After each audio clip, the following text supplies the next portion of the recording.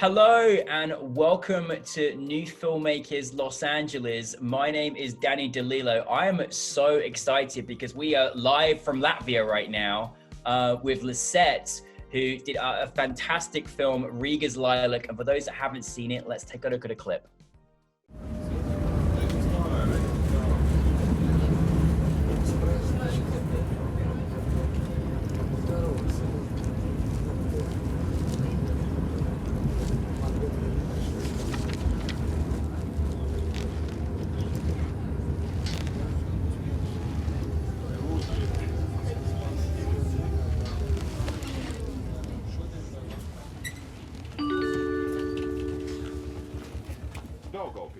Lizete, I can't believe we're doing this from Latvia. This is amazing. And thank you so much for being part of our film festival and being here. How are you doing? Okay?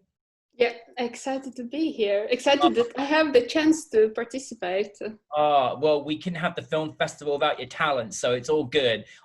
Listen, thank you for the world that you created. I love your style. It was really, really different and engaging, and I love the subject. But for those that haven't seen your film, tell us a brief synopsis. Well, it's basically the story about our rights to stink. It's a story that is built up from real interviews I took in Latvia, where I tried to gather all those different emotions that we have when we talk about bad smell, because it's such an uncomfortable theme to talk about. So it evokes so many emotions, and some is disgusted, some is interested. Yeah. And yeah, I like that. It's pretty interesting. It was brilliant. And these were real conversations, right? Yeah, exactly. Those were all real. Everything recorded. That is fantastic. And you're absolutely right. Like, it was, as I was watching it, and again, want to come into your style of animation because I really, really enjoyed it. But it was so fascinating to me because you're right. It's a subject that is so, for some people, uncomfortable to talk about.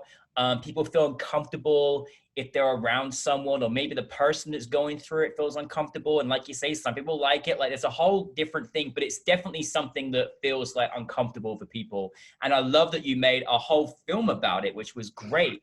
Where did the inspiration come for you in deciding to create the project? Well, I have a great story for that. One day I took a tram. I just came back from France, and I took a tram, and suddenly I noticed there's this super strange video on the wall, and it showed exactly what I showed in the film, that if you see someone who is thinking, so there was this kind of film, the man in a green cloud, and then saying like, so call 110, and there's this policeman come and he takes that kind of stinking person. And I was thinking, is it for real? It's like, is that video saying if somebody stinks, I should call police? Really? Oh, wow. And so yeah, and I was thinking, okay, if this video is for real and this invitation to call police on someone who stinks, then how does it actually work? Well, if I call police, then what can police really do with a person? And then if I call, then I should stay in the bus or no? But well, anyhow, all these really weird emotions that I got, I like them, and I thought, okay, this is interesting. And then just a few days later, I noticed a little article that said local hospitals being terrorized by stinking homeless person. And I was like, okay, how does he really terrorizes the place? And how does it really happen? Well, how can somebody terrorize? But yeah, that's true. Someone smells, and well, you can ask him to leave, but why should he leave? Because he smells, but how can you tell him that he smells? And all those questions, and I loved how uncomfortable I felt about them. And I said, okay, I should make a film about it. So I took my recorder Uh-huh. Went to this hospital, asked the head of the hospital, can I make an interview, maybe record? And she said, okay. And so I was prepared that she'll be very, very calm, very polite, and, you know, like Yeah. not very emotional. Yeah. And she was super emotional. She was like with her phone, like, oh, I'm going to call this nurse and that nurse. And now she has to tell the other stories. And I liked how Oh. she was into sharing the stories. And in the same time, there was a day when they couldn't find this homeless person who was terrorizing them. And they all were just looking for the person and being kind of sad that they have lost someone they have so used to. And I was like, yeah, I want more of this. This is, I mean, this is amazing. This is so interesting, you know? And I love, this is why you asked that question, because who would have known? And I mean, you did turn this into a film. How are people's reaction into being recorded and being part of a film? Like, what was that experience like for you? And how do you begin having a conversation, you know, with them to say, hey, I want to make a film. It's going to be animation. Like, how was that experience for you? Well, this experience was like that since everybody knew that I'm making this film, when I received a call from a friend, it wasn't a friendly call, but it was a call saying, Lizette, I just saw something, I just smelled something horrible, I have to tell you about it. So that was my experience. What I Because love, we all have those experiences, those different reactions. I think somebody has definitely told you that you have yeah, this yeah. thinking. Somebody has told that to me, and you know, I hopefully think nobody wanted to call police on me in the no, tram. no. But What I noticed though I love that your attention to detail in the style of your animation, and also you've got a wonderful sense of humor. Like there were just moments that I love. Like I know it sounds funny, but it's like even when almost towards the end, you know, the jacket fell off her chair. Like I just love those little moments that you put in there like that, because that stood out to me, and it was just.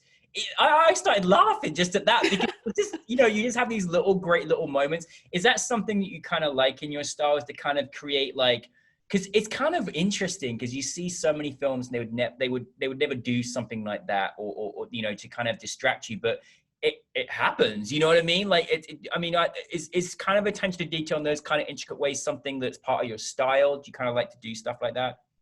yeah, Oh, really? I love the details, and I love to hide some little jokes in the image, and then in the audience hear that somebody noticed it.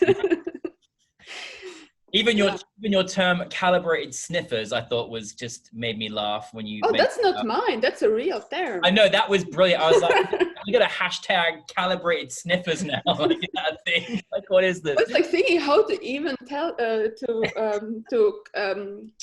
translate it in English. Calibrated sniffer, but Yeah, works. and It's great. I mean, It's a good I thought mean, about the tag. well, just the world he created in this, you know, odor machine. Like it was just, you know, there were so many little bits in there that I absolutely loved. You know, and again, I think as well, I mean, you know, it's funny. I was going to ask you about obviously the conversations, and because they were real, you know, it really felt like it was really coming from these characters you created. Are these characters based upon the people that you interviewed? Are they kind of similar to the actual people that you interviewed, or did you kind of create like a whole new kind of character that you had in mind? Yeah, most of them are exactly as they were. Really? Yeah, like Wow. the head of the hospital and the people representing the public transportation, showing that there is this rule and you should definitely follow it. I love it. um, yeah, I love it. so How long did the whole process take you to make? well, it was a long process actually. The first interview I took in 2015, and then I started just to think how could I talk about it, because I didn't want to just make this, I don't know, classic film about smell, where okay, smell, that means green and Yeah. it's the cloud.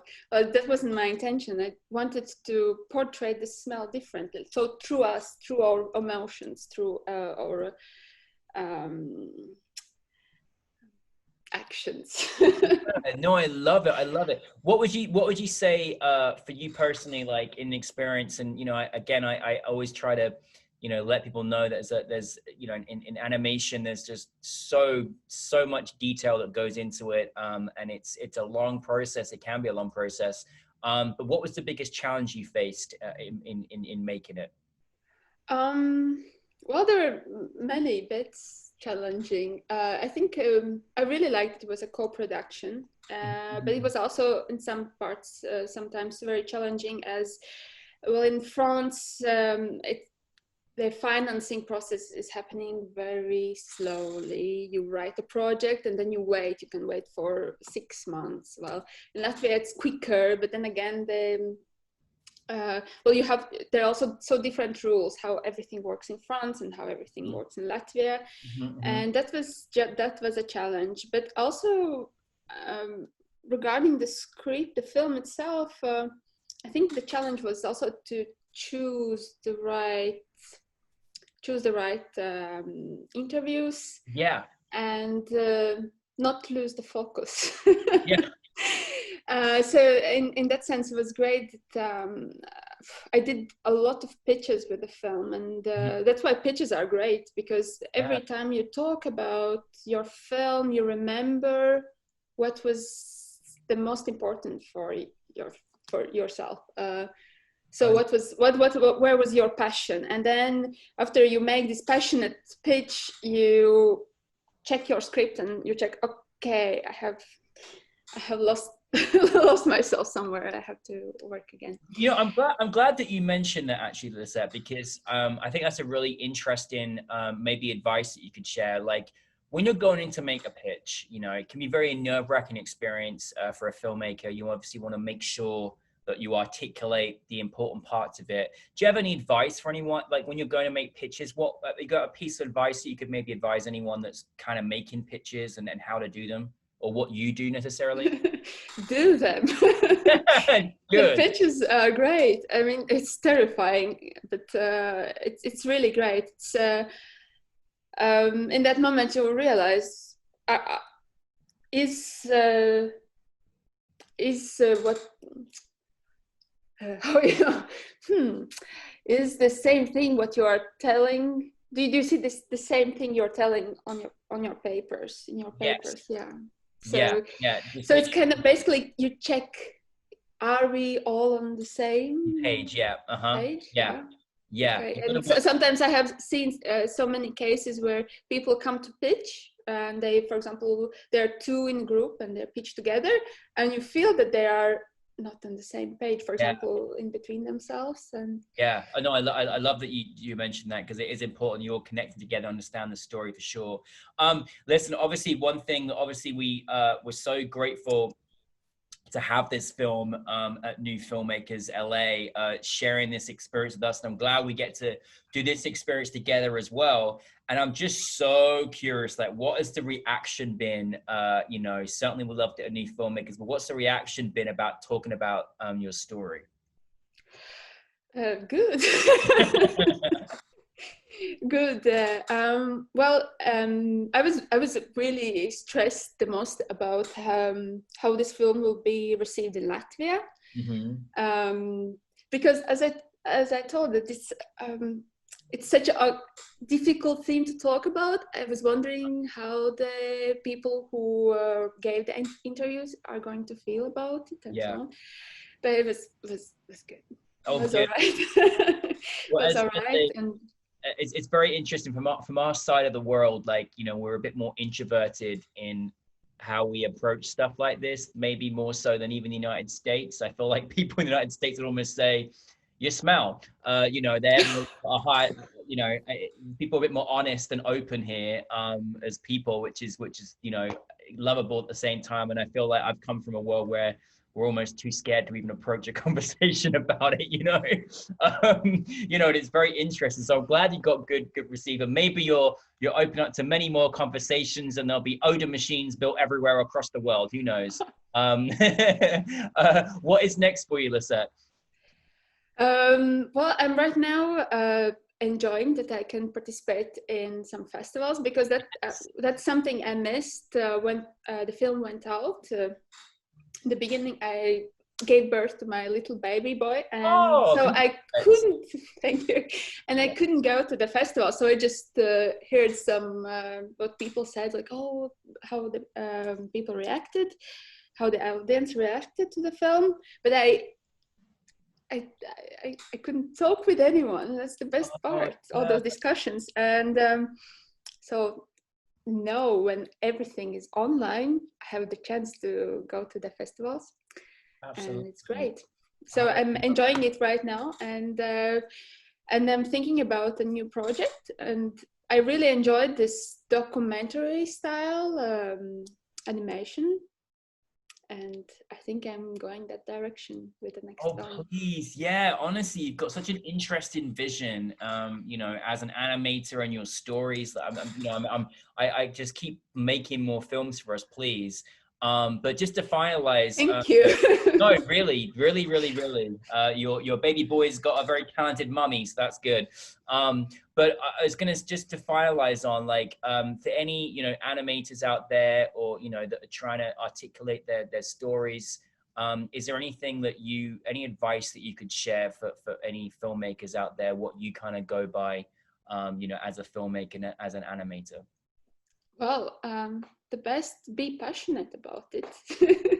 I think the passion is what sells the stories, and what gives you the energy to work on the film from the day one until the very end. And I mean, even, for example, there's a person that is presenting the film. It's not there yet, but if you see the glow in the person's eyes, that he's passionate to do it and he wants to develop, yeah, I mean, well, I love that this came from you being in France, you being on a train, having this experience, and rather than just let that thought just drift away, you create a film out of it. And here we are speaking about it, you know, from Latvia to Los Angeles.